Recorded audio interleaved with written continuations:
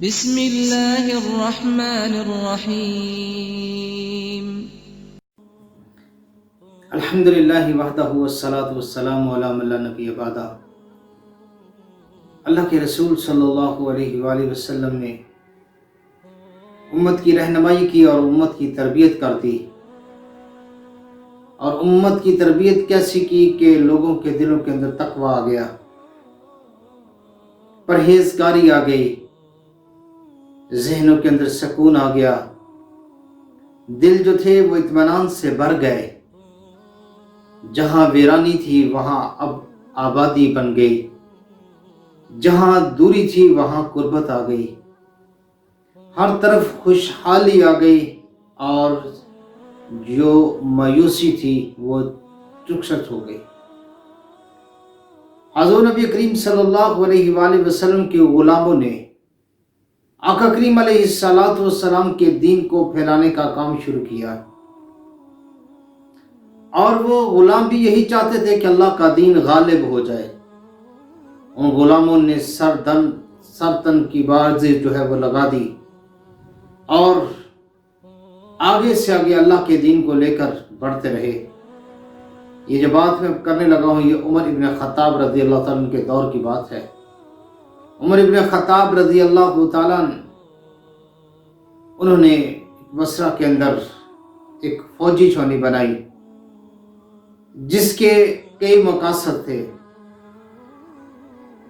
یہاں مجاہد آتے تھے، اللہ کے دین کے پھیلانے کے لیے آگے بڑھتے تھے، دعوت و تبلیغ کا کام چلتا تھا۔ اس چھاؤنی کے اندر ایک تمیمی نوجوان جسے عامر بن عبداللہ تمیمی کہا جاتا ہے رضی اللہ تعالیٰ رحمۃ اللہ علیہ آئے۔ یہ آئے اور ان کے دل کے اندر جو چیز بسی تھی وہ صرف اللہ کی محبت تھی۔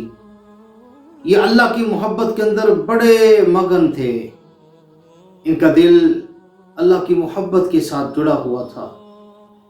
حالانکہ اس وقت بصرہ کے اندر دولت کی ریل پیر تھی، دنیا کی رعاینی تھی، خوبصورتی تھی، لیکن یہ تمیمی نوجوان، یہ اس وقت کے جو امیر محترم تھے ابو موسیٰ اشعری رضی اللہ تعالیٰ عنہ، ان کے ساتھ رہتے ہیں، ان سے اللہ کے قرآن کو سیکھتے ہیں، اور پھر سیکھتے سیکھتے لوگوں کو اللہ کا قرآن سکھانا انہوں نے شروع کر دیا۔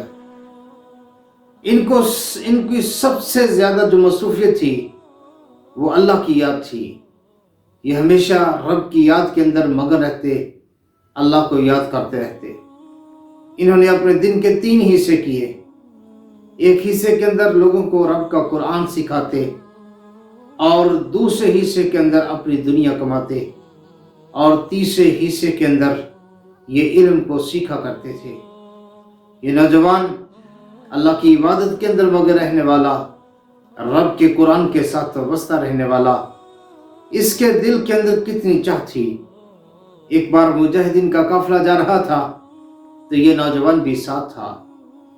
تو ایک آدمی نے کہا کہ میں نے ان کی پاک دامنی کی بڑے واقعات میں نے سنے ہیں، آج میں دیکھنا چاہتا ہوں کہ یہ کتنے پاک دامن ہیں، ان کا رب کے ساتھ کیسا تعلق ہے، یہ اللہ کے ساتھ ان کی کیسی لگاؤ ہے، اللہ کے ساتھ یہ اپنا سارا وقت رب کے ساتھ کیسے لگاتے ہیں۔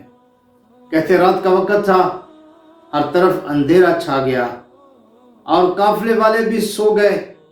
اس نے اس موقع سے فائدہ اٹھایا اور چپکے سے اپنے جو قافلہ اس کے بیچ سے نکلے، اور آگے جا کے ایک جنگل کے باہر اپنے گھوڑے کے ایک سائیڈ کے اوپر کچھ اس کے سامنے چارہ ڈال کے آپ جنگل کے اندر داخل ہو گئے۔ وہ بندہ کہتا ہے میں بھی ان کے پیچھے پیچھے چل پڑا، یہ آگے آگے اور میں پیچھے پیچھے، حتیٰ کہ جب بہت گھنا جنگل آ گیا تو اس تمیمی نوجوان نے نماز کو شروع کر دیا۔ میں دیکھ رہا ہوں یہ اللہ کے سامنے گرازاری کرتا ہے، قرآن کی تلاوت کرتا ہے اور روتا ہے، بس اس کی یہی بات ہے، کبھی رکوع ہے، کبھی سجدہ ہے، کبھی قیام ہے۔ کہتے ہیں کہ میں نے دیکھا کہ ایک بڑا عجیب واقعہ واقعہ کیا ہے کہ ایک جنگل کا ایک شیر جو ہے وہ اس طرف آ گیا۔ میں فوری درخت کے اوپر چڑھا اپنی جان بچانے کے لیے، لیکن یہ جیسے مسلح کے اوپر کھڑا تھا، جیسے نماز ادا کر رہا تھا، اسی طرح کھڑا نماز ادا کر رہا تھا۔ اسے کوئی فرق نہیں پڑا کہ سامنے جنگل کا شیر آ گیا ہے۔ کہتے میں واقعہ دیکھتا رہا، جنگل کا شیر آیا، اس نے بے شمار آوازیں نکالی، لیکن یہ مسلسل اللہ کی یاد میں مگن رہے، حتیٰ کہ جو شیر ہے وہ واپس چلا گیا۔ ساری رات یہ عامر بن عبداللہ رضی اللہ تعالی رحمۃ اللہ علیہ اللہ کی عبادت میں مگن رہے۔ صبح کا آغاز ہوا، انہوں نے ہاتھوں کو بلند کیا، اللہ کی بارگاہ کے اندر التجا کی، یا رب العالمین، میں نے تم سے 3 چیزیں مانگی تھی، تم نے 2 مجھے عطا کی ہیں، 1 باقی ہے، اللہ وہ بھی مجھے عطا کر دے۔ اللہ کے فضل کا سوال کر رہے ہیں۔ جب یہ دعا کر رہے تھے تو یہ نوجوان پیچھے سے ظاہر ہوا، اس نے کہا عامر بن عبداللہ رضی اللہ تعالیٰ عنہ رحمۃ اللہ علیہ کو، مجھے یہ بتاؤ کہ تمہاری کون سی 2 دعائیں ہیں جو اللہ نے قبول کی اور 1 نہیں کی؟ اس نے کہا میں نہیں بتاؤں گا کیونکہ یہ میرا اور میرے اللہ کا معاملہ ہے۔ اس نے کہا اگر تم نہیں بتاؤ گے تو میں دنیا والوں کو بتا دوں گا کہ تو ساری رات جنگل کے اندر کس طرح نے اللہ کی عبادت کی ہے اور کس طرح میرا ساری رات کا معاملہ چلتا رہا ہے۔ اس نے کہا خدا را کسی کو نہ بتانا۔ انہوں نے کہا پھر بتاؤ وہ کون سی 2 دعائیں ہیں جو اللہ نے تمہاری سن لی ہے اور 1 دعا تمہاری سنی نہیں ہے؟ وہ کہنے لگا اس شرط کے اوپر کہ تو کسی کے ساتھ کچھ شیئر نہیں کرے گا۔ اس نے کہا جب تک زندگی ہے تب تک شیئر نہیں کروں گا۔ انہوں نے کہا بتاؤ پھر۔ انہوں نے کہا مجھے اپنے دین کے اندر سب سے زیادہ جو خطرناک چیز محسوس ہوتی تھی وہ عورت تھی۔ میں نے اللہ کے سامنے دعا کی، یا اللہ اس عورت کو میرے سامنے اس طرح کی بے حیثیت کر دے جیسے کہ اس میں کچھ بھی نہیں ہوتا، اللہ مجھے اس طرح کا معاملہ فرما دے۔ کہتے اس کے بعد میرے ساتھ یہ معاملہ پیش آیا کہ میں اگر عورت کو دیکھوں یا پتھر کی دیوار کو دیکھوں، یہ دونوں میرے لیے کوئی فرق نہیں رکھتی، کوئی معنی نہیں رکھتی، مجھے دونوں کی طرف دیکھنے سے کوئی چیز میرے اندر حرکت نہیں پیدا ہوتی۔ تو اللہ نے یہ والی دعا میری قبول کر لی۔ انہوں نے کہا پھر دوسری دعا کون سی ہے؟ کہتے میں نے اللہ سے کہا تھا، یا اللہ مجھے اپنے سوا کسی کا خوف نہ دینا، میں فقط ڈروں تو تجھ سے ڈروں، بس تیرا خوف میرے دل کے اندر ہو، تیرے خوف کے سوا اور کسی کا خوف میرے دل کے اندر نہ ہو۔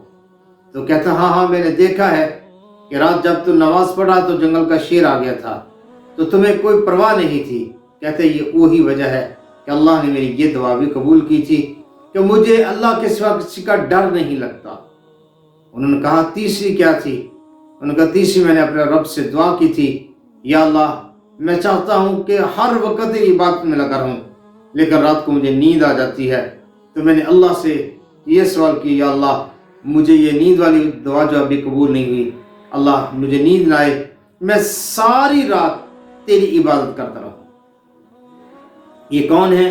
یہ عبداللہ بن عامر بن عبداللہ تمیمی رضی اللہ تعالی رحمۃ اللہ علیہ ہے۔ یہ اللہ کی عبادت اس طریقے سے کرتے ہیں کہ اللہ راضی ہو جائے۔ لیکن میرے بھائیوں، ہم بھی محمد کریم صلی اللہ علیہ وسلم کو ماننے والے ہیں، لیکن ہماری کیفیت کیا ہے کہ ہم اللہ کے لیے ٹائم نکالتے نہیں، مسجد کے لیے ٹائم نہیں نکالتے، ذکر و فکر کے لیے ٹائم نہیں نکالتے، جس کی وجہ سے مسائل بڑھتے ہیں۔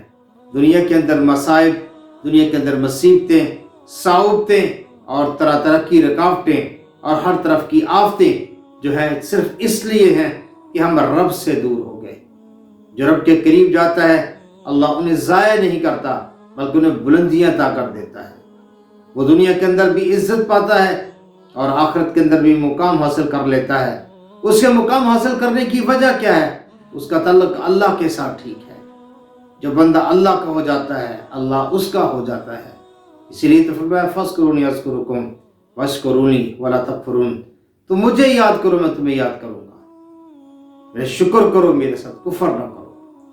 تو میرے بھائیوں، ہمیں بھی چاہیے ہم بھی اللہ کی طرف اپنے آپ کو لگائیں، اپنے وقت کو لگائیں، اپنی قیمتی جان کو لگائیں اور اپنے اندر تبدیلی لے کر آئیں۔ جو اللہ کے لیے تبدیلی لاتا ہے اللہ ان کے لیے آسانیاں پیدا کر دیتا ہے۔ اللہ سے دعا ہے اللہ مجھے آپ کو سمجھ کی توفیق عطا فرمائے۔ وما علینا الا البلاغ المبین۔ مولاي صل وسلم دائما ابدا على حبيبك خير خلق كلهم